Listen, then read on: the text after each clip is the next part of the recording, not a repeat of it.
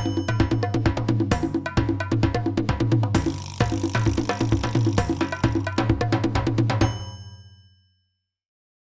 folks, so today I want to speak about getting negative feedback from customers and clients.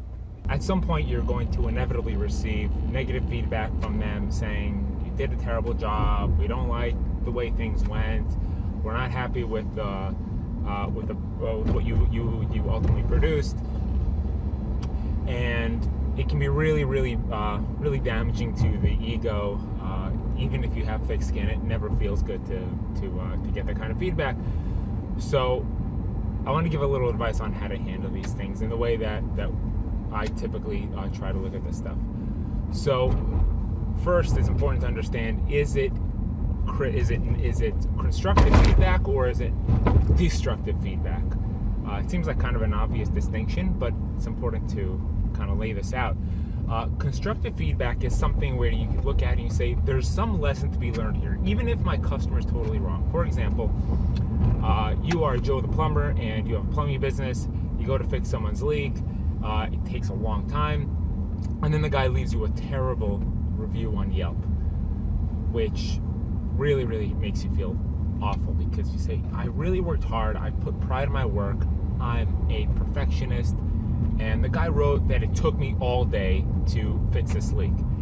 And you say, well, it's terrible, how could he doesn't even understand the first thing about plumbing. It's a really long job, it takes forever. So yes, even when you are correct and you say, like, I didn't really do anything wrong, well, you did do something wrong. You never set your expectations right. You should have spoken to the customer when the job started and said, look, sometimes these things can take a really long time.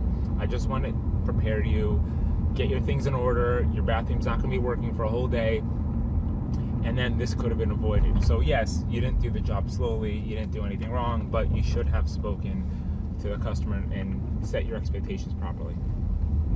And then there's destructive criticism, and that's when the person really makes it personal, and they're no longer saying, yeah, so this one thing I didn't like, they actually make it about you, and they say, this person has no idea what they're doing, and they'll leave like a review on Yelp, or maybe they'll call your boss, or maybe they'll leave, they'll send you just a really harsh email saying, you don't know what you're doing, I was very disappointed, and I sometimes will say I want my money back, whatever the case may be. But now it's not about telling you things that you could really fix, it's about telling you as a whole, you suck, okay? Why am I thinking about this? Because in our office we have a water cooler, and we've been ordering water, and it comes like clockwork. On the 15th of every month, the guy comes and delivers a whole bunch of water for the cooler, all these large bottles, and we kind of take it for granted.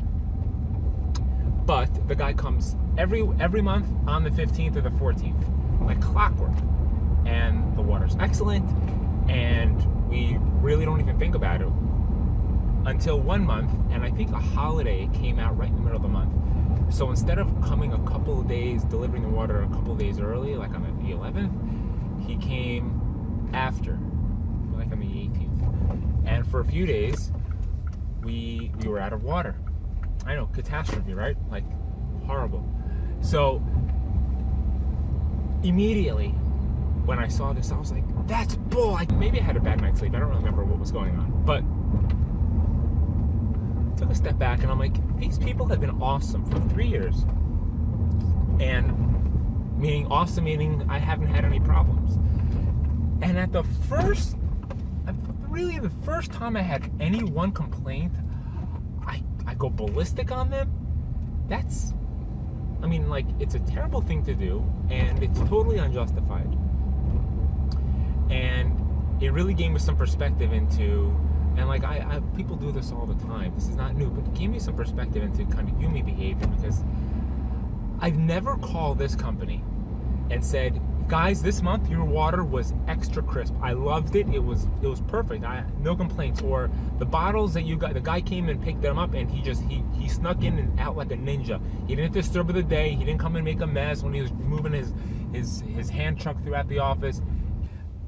We have expectations. We feel like just because we pay someone money, just because we're in a transactional relationship, we can we can expect perfection, and we can expect perfection consistently and not even have to give people positive feedback about it. And when we receive anything less than perfection, we have absolutely every right as a customer to complain and to make the other party feel terribly and let them know that that we think that they're horrible.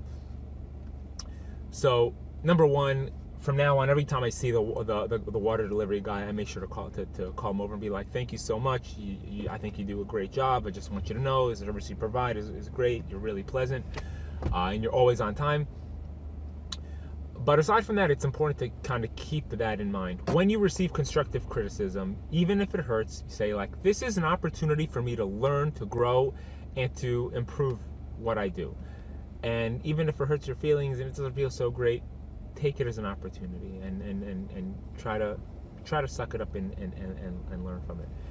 But if it's destructive criticism and it's something you've been doing what you've been doing for a little while, and you've had some very happy customers along the way, don't let it ruin you. Literally just move on. Don't give it a second thought, because you will never deliver perfection every single time. And sometimes when people do not get perfection, and because it's a transactional relationship, they say, well, I give him money and he should be giving me perfect service.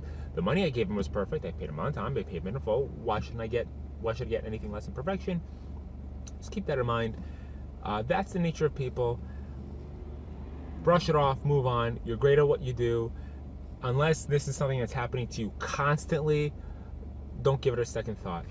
Take care.